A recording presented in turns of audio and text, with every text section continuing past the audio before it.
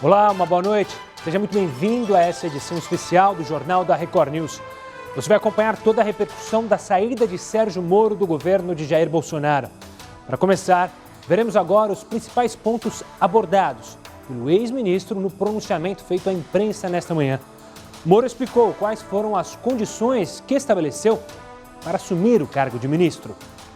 Na ocasião, até aproveitando aqui um breve parênteses para desmistificar um dado, foi divulgado equivocadamente por algumas pessoas que eu teria estabelecido como condição para assumir o Ministério da Justiça uma nomeação ao Supremo Tribunal Federal. Nunca houve essa condição. Tem uma única condição que eu coloquei,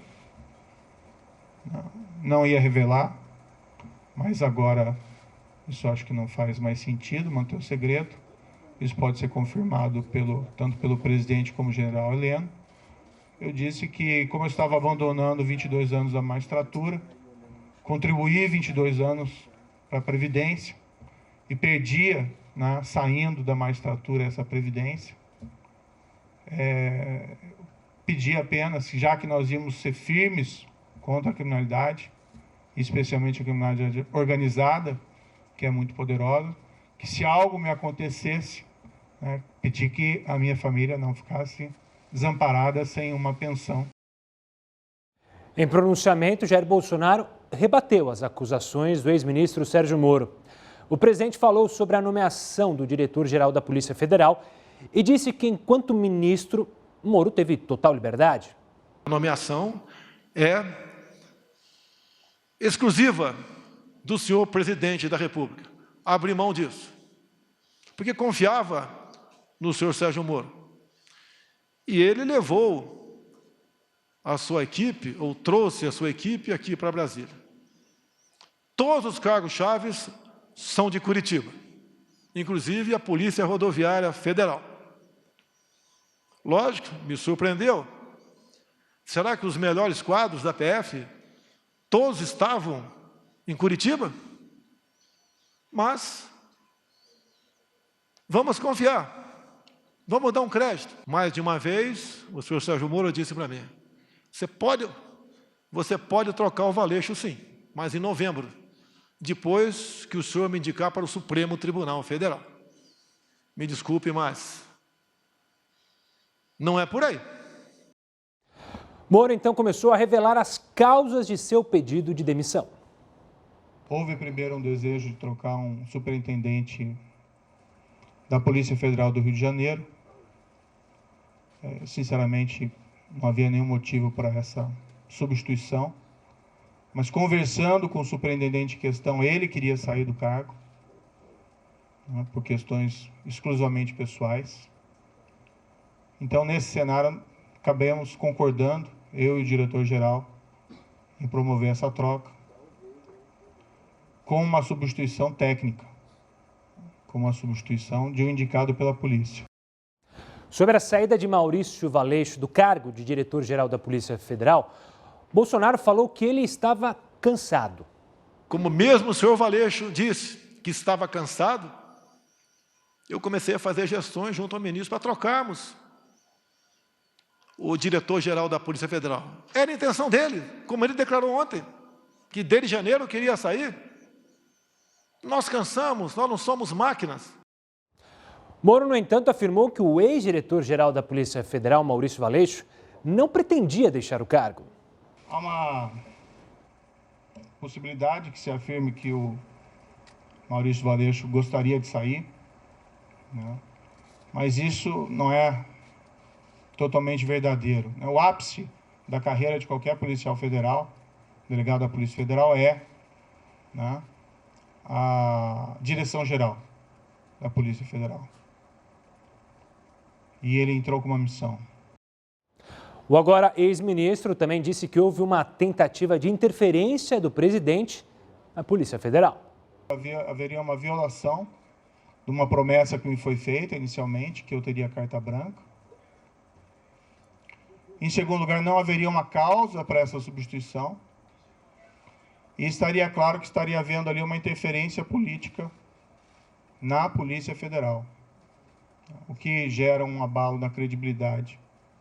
Não aconteceu durante a Lava Jato, a despeito de todos os problemas de corrupção dos governos anteriores. Houve até um episódio em que foi nomeado um diretor no passado com o intuito de interferência política e não deu certo, ficou pouco mais de 3 meses. A própria instituição rejeitou essa possibilidade. Bolsonaro rebateu essa afirmação de Moro e disse que não precisa pedir autorização para demitir integrantes do governo. Falava-se em interferência minha na Polícia Federal. Ora as bolas, se eu posso trocar um ministro, por que não posso, de acordo com a lei, trocar o diretor da Polícia Federal?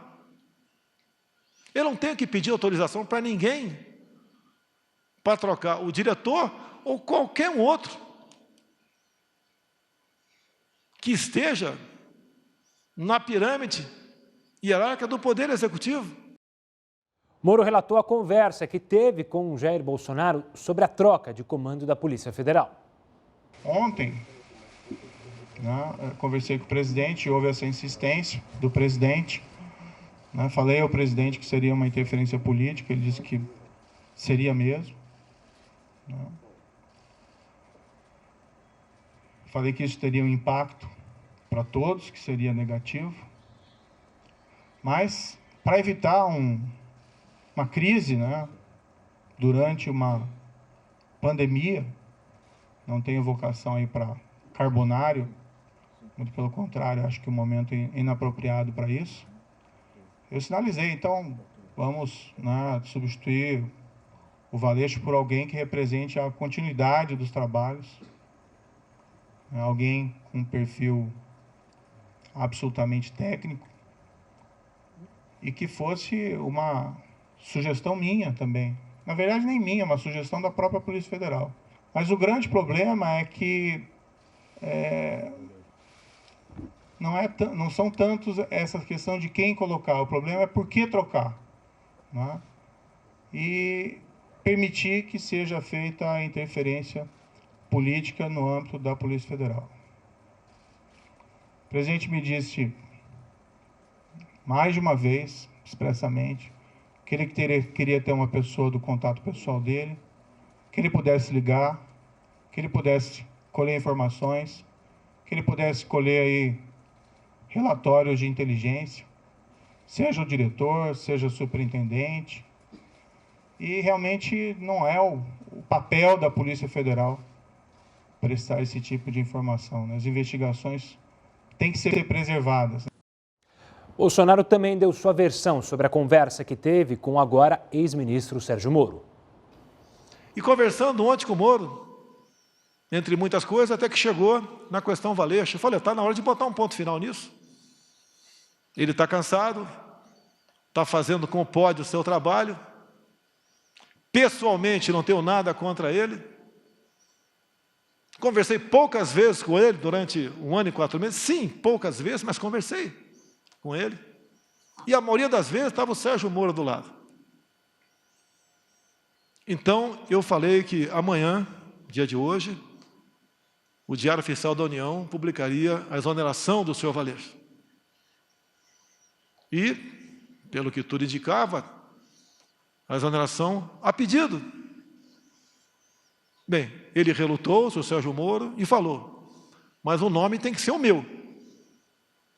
Falei, vamos conversar. Por que tem que ser o seu e não o meu? Ou então vamos pegar, já que não tem interferência política, técnica ou humana, pegar os que têm condições e fazer um sorteio. Por que tem que ser o dele e não possivelmente o meu? Ou um de consenso entre nós dois? O ex-ministro disse que a troca na Polícia Federal teria o seguinte pano de fundo: a preocupação do presidente Jair Bolsonaro com inquéritos em curso no Supremo Tribunal Federal. O presidente também me informou que tinha preocupação com inquéritos em curso no Supremo Tribunal Federal e que a troca também seria oportuna da Polícia Federal por esse motivo. Também não é uma razão que justifique a substituição, até algo que gera uma grande preocupação. Bolsonaro, por sua vez, disse nunca ter pedido um tratamento diferenciado. Não é uma pessoa, porventura, faz algo de errado, está do nosso lado. Você tem que ser responsabilizado e o tempo todo ser cobrado por isso.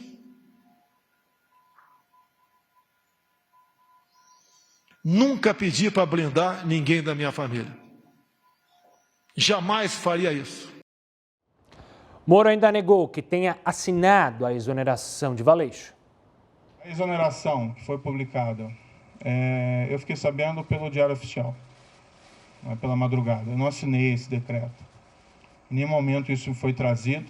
Em nenhum momento o diretor-geral da Polícia Federal apresentou um pedido formal de exoneração. Depois ele me comunicou que ontem à noite recebeu uma ligação dizendo que ia sair exoneração a pedido e se ele concordava, né? Ele disse, como é que eu vou concordar com alguma coisa? Eu vou fazer o quê, né?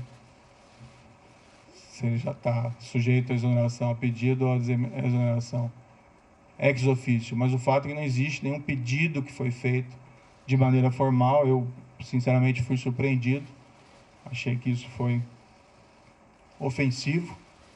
Vi que depois a SECOM afirmou que houve essa exoneração a pedido, mas isso, de fato, não é verdadeiro. O decreto de exoneração de Maurício Valeixo do cargo de diretor-geral da Polícia Federal também foi republicado no Diário Oficial da União. Desta vez, a exoneração não é assinada por Sérgio Moro, como tinha sido publicada na madrugada desta sexta. Agora vamos para o portal R7, porque o presidente Bolsonaro já teria escolhido o novo diretor-geral da Polícia Federal. A gente põe aqui na nossa tela, este seria o novo escolhido para comandar a Polícia Federal, Alexandre Ramagem, que é da ABIN.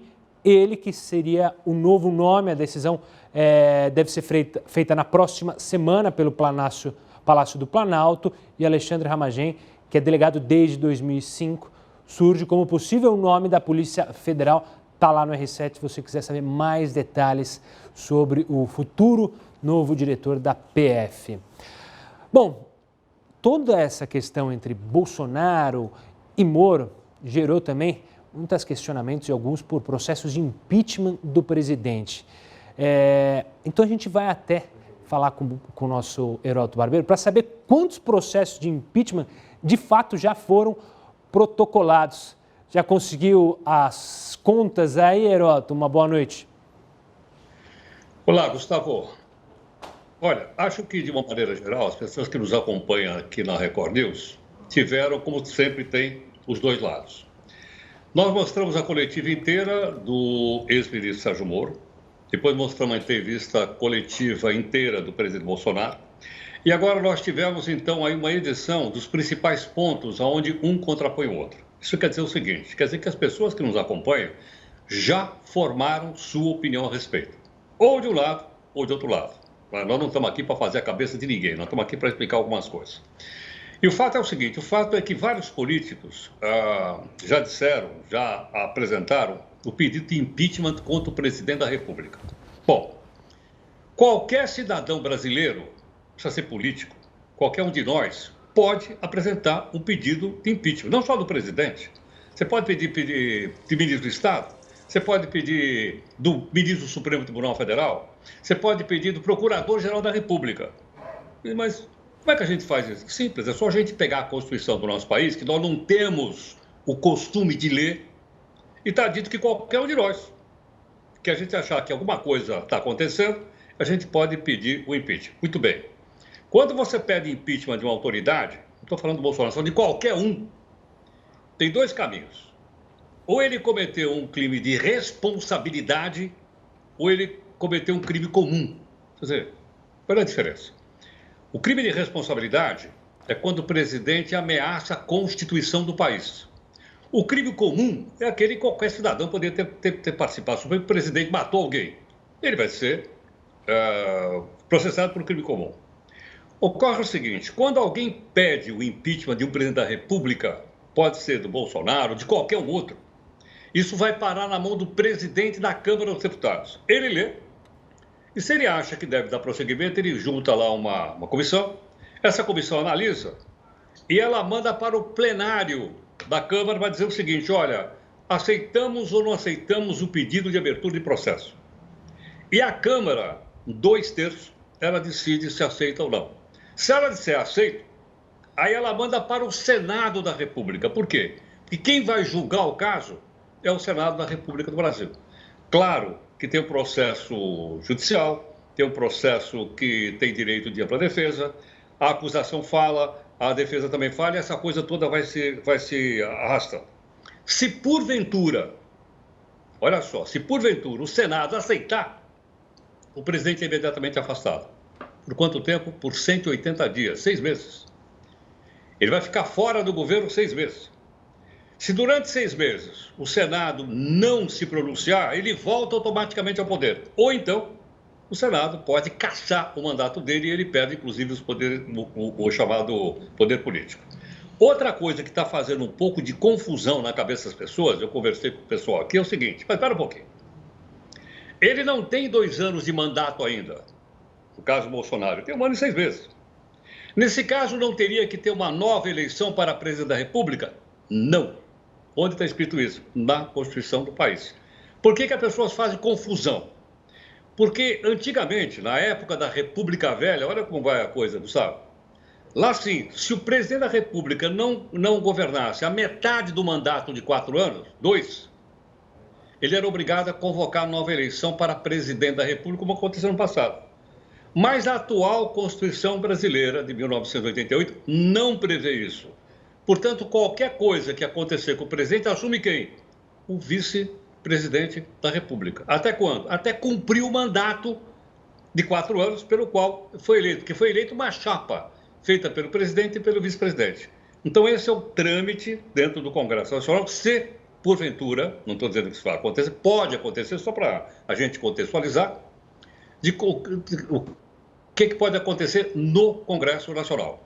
Claro que isso vai ser seguido de um debate muito grande, a crise política vai se aprofundar bastante, mas eu acho que nós, enquanto cidadãos, temos que entender a Constituição e saber o seguinte, vamos cumprir o que está na Constituição.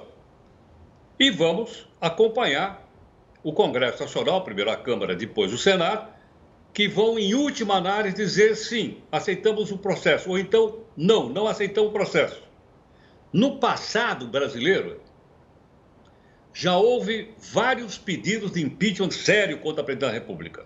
O primeiro, só para você ter uma ideia, eu nem era nascido, foi em 1945 contra o Getúlio Vargas.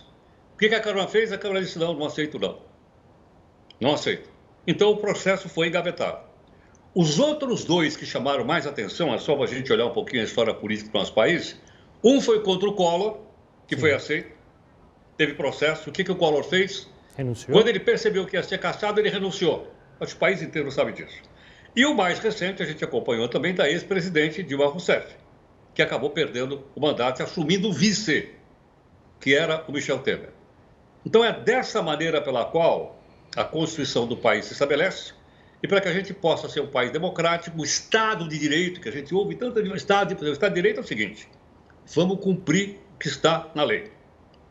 Se tiver correto, permanece. Se não tiver correto, a gente aplica a lei. E essa lei maior é a Constituição do nosso país. Eu acho que é bom que as pessoas entendam esse mecanismo, que, como eu disse no começo, todos nós, enquanto cidadãos, quando acompanhamos a primeira entrevista do Moro, a segunda entrevista do Bolsonaro, mais a edição que nós mostramos agora, todos nós já formamos a nossa opinião a respeito. E na democracia é assim. A gente tem que respeitar a opinião do outro, né? Se você está de um lado ou do outro lado. Mas eu acho que a grande lição que sobra de tudo isso, e a gente vai poder falar de mais alguma coisinha mais à frente, é o seguinte, é o nosso amadurecimento político. Nós precisamos entender de política. Nós precisamos acompanhar a política. Nós, cidadãos brasileiros, somos as pessoas que elegem essas pessoas. Nós, cidadãos brasileiros, somos aqueles que pagamos o imposto para que o governo invista em A, B, C e por aí afora.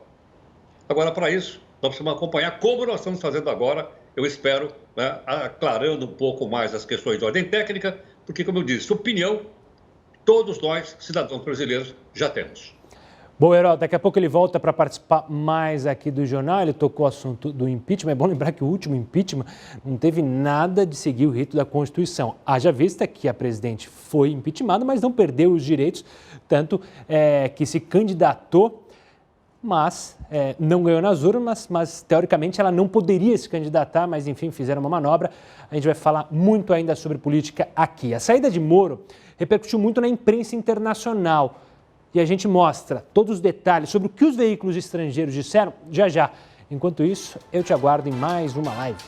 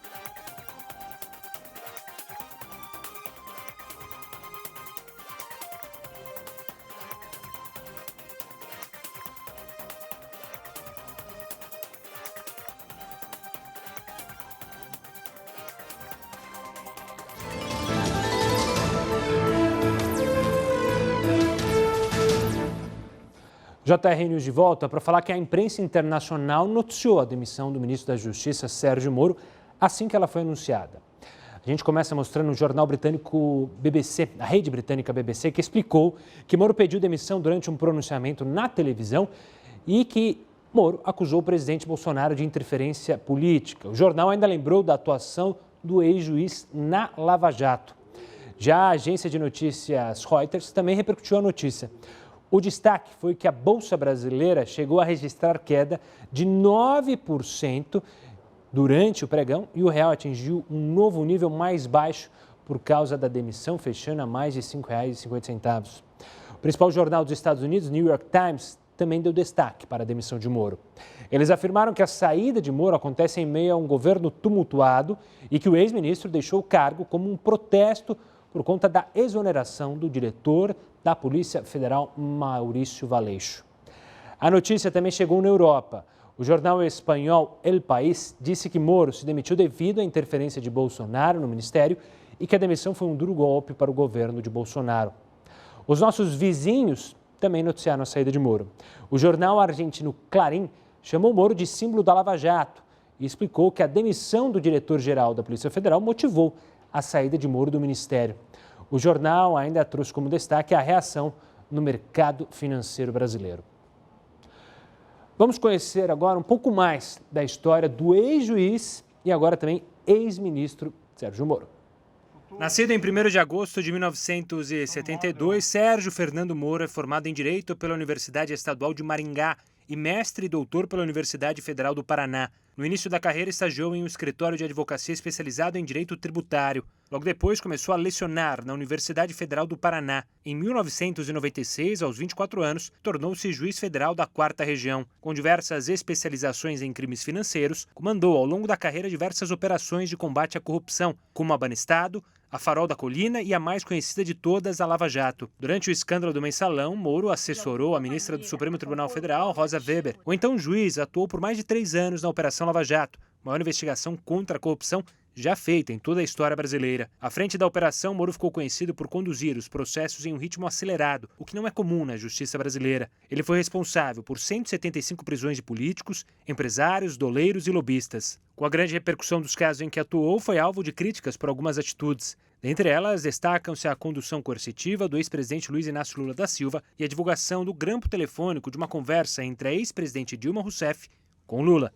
Além disso, as decisões do então juiz sobre prisões provisórias e preventivas geraram polêmicas. Ao longo da campanha presidencial de 2018, o nome de Moro passou a ser cotado para o Supremo Tribunal Federal ou o Ministério da Justiça. Em novembro daquele ano, o presidente eleito Jair Bolsonaro convidou o juiz para assumir o Superministério da Justiça e Segurança Pública. Moro então deixou a magistratura após 22 anos e aceitou o convite. Ao longo do pouco mais de um ano à frente do Superministério, Moro era o ministro mais popular do governo, segundo pesquisas de opinião. Ele conseguiu aprovar o pacote anticrime, apesar do texto ter sido modificado no Congresso Nacional, e comemorou a redução dos índices de criminalidade no país. Mas nem só de notícias e comemorações foi feita a trajetória de Moro como ministro. O ex-juiz enfrentou alguns percalços no caminho, como a divulgação de mensagens que teria trocado com procuradores da Lava Jato e a revogação da prisão após condenação em segunda instância pelo Supremo Tribunal Federal. Vamos chamar mais uma vez o Heródoto aqui no JR News para falar sobre algo que o presidente Jair Bolsonaro bateu muito na tecla durante o pronunciamento dele hoje à tarde, dizendo que ele pode demitir quem ele quiser. É bem isso, Heródoto? Olha, é o que está escrito na Constituição brasileira. Volto de novo a dizer que tem que seguir o que está na Constituição. Então é o seguinte, o cargo de ministro é um cargo indicado pelo presidente da República, é ele que nomeia. Se ele que nomeia, ele pode escolher quem ele quiser para ser ministro de qualquer coisa do governo. Qualquer presidente da República Brasileira pode, porque é isso que está escrito na Constituição brasileira. Bom, se ele pode, então, nomear quem ele quiser, ele pode também demitir quem ele quiser.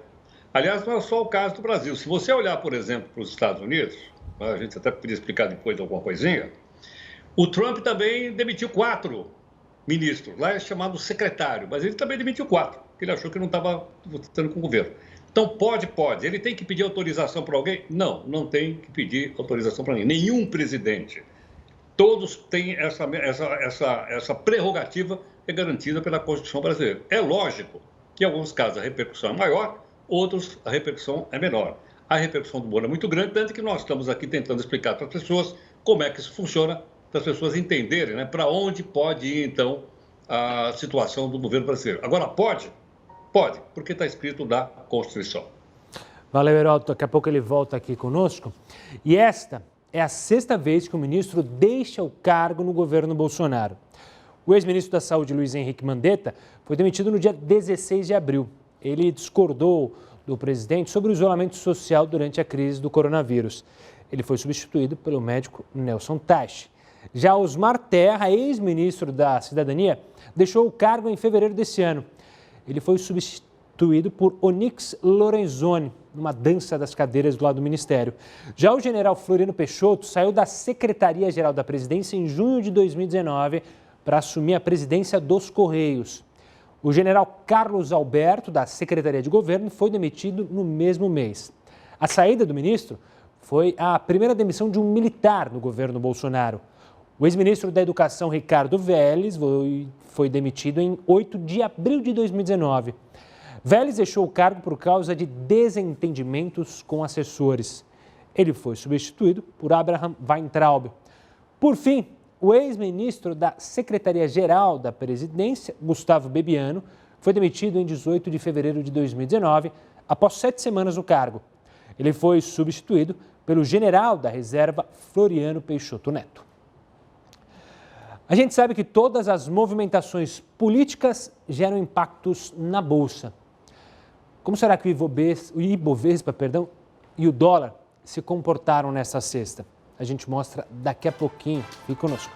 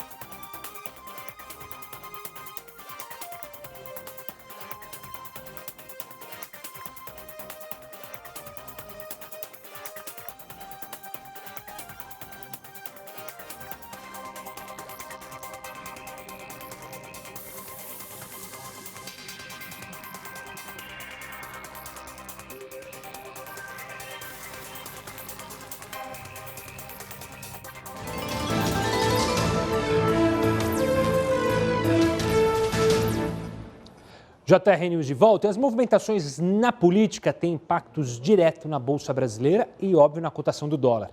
A moeda norte-americana subiu hoje mais de 2% e fechou o mercado a R$ 5,66 e há casas de câmbio já vendendo o dólar a mais de R$ 6. Durante o dia, o dólar chegou a ser negociado a R$ 5,74. Já o Ibovespa teve queda de mais de 5%, chegando a 75.330 pontos. E é bom lembrar que no começo do ano a gente já atingia a marca de mais de 100 mil pontos. E agora a situação mudou rapidamente. O ministro Celso de Mello, do Supremo Tribunal Federal, foi o escolhido para decidir sobre o pedido da Procuradoria-Geral da República para investigar as declarações feitas pelo ex-ministro Sérgio Moro.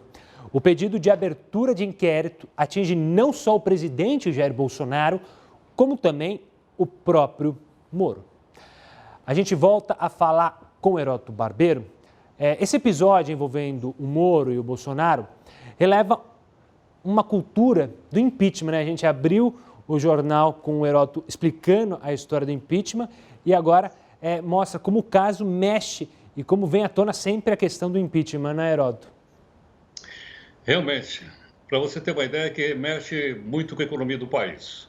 Agora, Gustavo, uma coisa interessante que é o seguinte, o sistema presidencialista brasileiro, ele foi copiado do sistema presidencialista americano.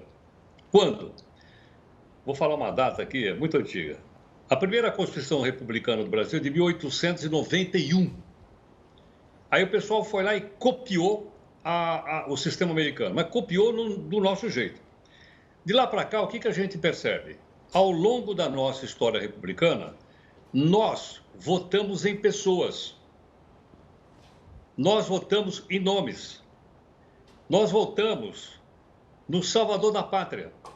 Ao longo da história, nós votamos para impedir que um outro ganhe a eleição. Não é assim que funciona nos Estados Unidos. Se você me disser, bom, vai ter eleição lá nos Estados Unidos agora, no mês de novembro. Mas o pessoal não está escolhendo entre o Trump e o Joe Biden? Não.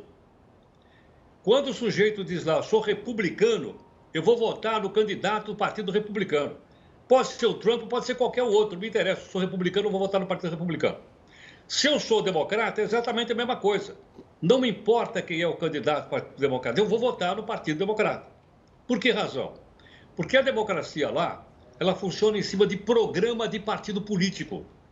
Então, se eu sou um cidadão americano, eu sei o que pensa o Partido Democrata, ele é mais liberal. Eu sei o que pensa o Partido Republicano, ele é conservador. Então, se eu sou conservador, eu vou votar no republicano. Não me interessa quem é o candidato. Se eu sou liberal, a favor de uma liberação maior da sociedade, eu vou votar no Partido Liberal. Nós não votamos em partidos políticos. Nós não votamos em programas partidários. Nós votamos em nome de pessoas. E aí entra, então, toda essa característica própria da democracia brasileira, que é da gente votar no candidato, sei lá por que motivo. Eu nem sei o que esse cara pensa, mas eu vou votar nele. Eu não sei qual é o programa que ele vai, mas eu vou votar nele. E vai por aí afora. Não fica claro isso para o eleitor brasileiro. Tá? Eu acho que isso é uma questão para a gente pensar bem, para que a nossa democracia possa ser mais estável. Ou seja, da gente votar num programa político com o qual a gente concorda e não no cidadão A, B, C, porque ele pode mudar de ideia. Quantos já mudaram? Pois é. E você fica pendurado na brocha. Não é? Eu votei no cidadão achando que ele era isso, o cara mudou. E não há como tirar lá, porque a Constituição garante 4 anos de mandato. Então, eu acho que tudo isso que está acontecendo, eu acho que é importante também para a gente pensar um pouco, da gente melhorar a nossa politização. Quando eu falo politização, eu estou falando enquanto cidadão. Porque nos Estados Unidos você tem muitos partidos, mas tem 2 grandes. Aqui nós temos 33 partidos políticos e tem mais 30 na fila para se legalizar. Como é que a gente vai escolher? Eu não conheço nenhum programa, já conheci no passado. Hoje eu não conheço nenhum programa de partido político. Então a gente escolhe pelo nome de pessoa e ficamos, então, à mercê de crises como essa que a gente está assistindo agora. E nem queira ler os programas dos partidos políticos, porque o que tem de Ctrl-C e Ctrl-V nesses programas, ou seja, uma falta de compromisso em escrever o programa, que é de dar vergonha. O Heródoto volta daqui a pouquinho com a gente. A gente ainda vai falar, claro, muito ainda do pedido de demissão de Sérgio Moro, que repercutiu em Brasília com a classe política. Você vai ver também o que as autoridades falaram. É já já. Eu te espero logo mais aqui no Jornal da Record News.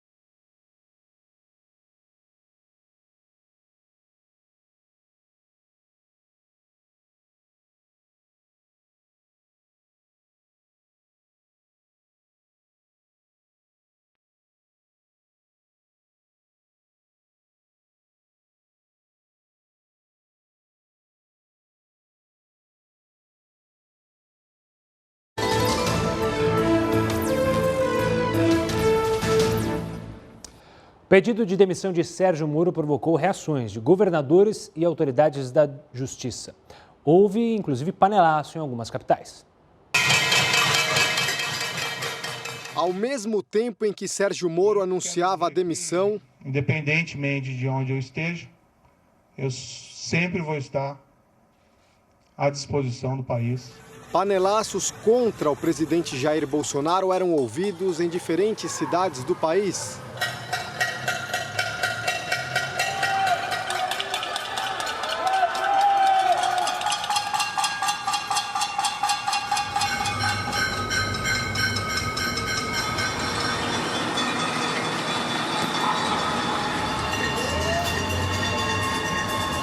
A saída de Sérgio Moro do governo e as acusações de interferência política tiveram grande repercussão entre personalidades do meio jurídico. Governadores também destacaram o trabalho do ex-ministro da Justiça e da Segurança Pública. Alguém que aprendeu a admirar um juiz que ajudou a mudar a história deste país.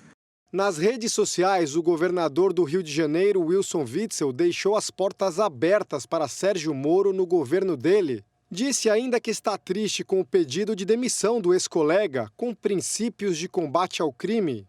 O governador de Goiás, Ronaldo Caiado, disse que o ex-ministro tem uma vida de grandes serviços prestados ao país na moralização e no combate à corrupção. O ex-presidente Fernando Henrique Cardoso disse que Bolsonaro está cavando a própria fossa e pediu para ele renunciar antes de ser renunciado. A Associação dos Magistrados Brasileiros lamentou a saída de Moro.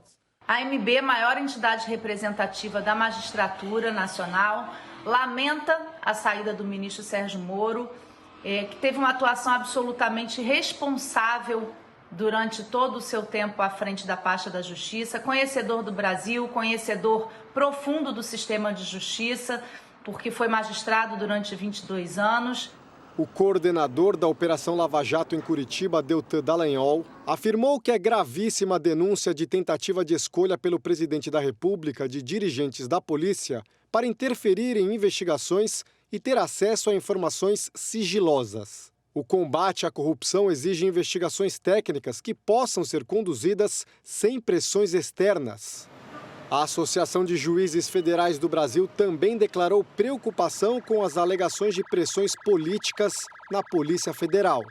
O Brasil não pode admitir um retrocesso institucional. A Polícia Federal precisa de autonomia para trabalhar e interesses de governo não podem ser confundidos com política de Estado.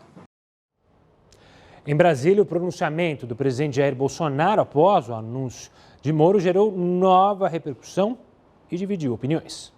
A reação de Sérgio Moro logo após o pronunciamento do presidente Jair Bolsonaro foi imediata. Numa rede social, ele negou a afirmação feita pelo presidente de que aceitaria a substituição na Polícia Federal somente em novembro, quando abre uma vaga para o Supremo Tribunal Federal. O ex-ministro da Justiça e Segurança Pública escreveu: a permanência do diretor-geral Maurício Valeixo nunca foi utilizada como moeda de troca para minha nomeação para o STF. Aliás, se fosse esse meu objetivo, teria concordado ontem com a substituição do diretor-geral da PF. O presidente da Ordem dos Advogados do Brasil, Felipe Santa Cruz, ironizou a fala de Bolsonaro e publicou: é inacreditável que vamos encerrar o dia falando de aquecedor de piscina em vez de respirador de hospital. Os presidentes das duas casas do Congresso Nacional, Rodrigo Maia da Câmara e Davi Alcolumbre do Senado, ainda não se pronunciaram. O presidente do Supremo Tribunal Federal, ministro Dias Toffoli, também não comentou. Deputados da base do governo saíram em defesa do presidente. Um pronunciamento muito franco, direto, claro. Abrindo até um pouco da vida privada dele, falando que ele não gasta do cartão corporativo, né, a que ele tem direito, do cardápio que ele tem em casa, enfim, do homem que tem zelo com o gasto público. O presidente ele fala com o coração, não mente. Você sabe muito bem quem é o presidente Bolsonaro. Quando você foi lá e votou em 2018 para presidente, você não votou para ministro. E o presidente ele tem autonomia institucional para nomear e exonerar esses ministros. Quem não tem compromisso com a pátria não merece estar no time de Jair Messias Bolsonaro. Vamos voltar para falar com o Heródoto, se despedir do professor. Fazer um paralelo, já que eu vou usar a história com um professor de história, sobre alguém que tem uma ligação com a história parecida do Moro. O Moro tem uma ligação forte com o ex-presidente Lula, afinal foi o juiz do caso do Lula. Também acabou tendo parcela no impeachment da presidente Dilma Rousseff e agora é envolto com o presidente Bolsonaro. Me lembrou um tal de demolidor de presidentes, né, professor? Caramba, você tirou essa do fundo do baú, demolidor de presidentes. Certamente você está se referindo a um cidadão chamado Carlos Lacerda. Só que o Lacerda não veio do mundo jurídico, o Lacerda era jornalista como nós, né? E ele fez uma campanha terrível contra o presidente da República da época, 1954, que era o presidente eleito Getúlio Vargas. Nessa época o Getúlio não era ditador, era presidente eleito. E ele, então, participou diretamente de uma grande crise que teve no Rio de Janeiro, em 1954, que culminou com o suicídio do Vargas em 1954. Mas aí o Lacerda passou a assumir a sua personalidade política. Ele entrou para o mundo da política e ele foi eleito presidente do estado da Guanabara. Você já ouviu falar nisso ou não? Já existiu o estado da Guanabara. É ou não é? Sim. Então, a cidade do Rio de Janeiro era uma cidade-estado e ele era o governador. E ele fez, então, campanha contra, ele participou do golpe militar, contra o presidente da época, que era o João Goulart. E quase, né, houve uma guerra civil no Rio de Janeiro, porque, inclusive, o governador Carlos Lacerda andava com uma metralhadora pendurada nas costas. E o golpe, então, acabou se concretizando e o Goulart foi derrubado em 1964. É esse mesmo Lacerda, que, aliás, queria ser presidente da República, mas não conseguiu ser presidente da República. Por quê? Porque quando ele imaginava que ia ter eleição em 1965, os militares assumiram o poder e disseram, não vai ter eleição, não. E ele acabou, então, não sendo presidente da República. Mas, diretamente, ele foi responsável pela queda de 2 presidentes brasileiros. Valeu, Heródoto. Será que teremos também Moro interessado em ser presidente da República? Ele falou que vai procurar emprego. Pode ser um emprego desse em 2022. Veremos. Heródoto, um forte abraço e até segunda-feira. Essa edição especial do Jornal da Record News fica por aqui, mas não saia daí porque o especial Coronavírus Plantão trará todas as atualizações sobre a pandemia. Um ótimo final de semana. Tchau, tchau.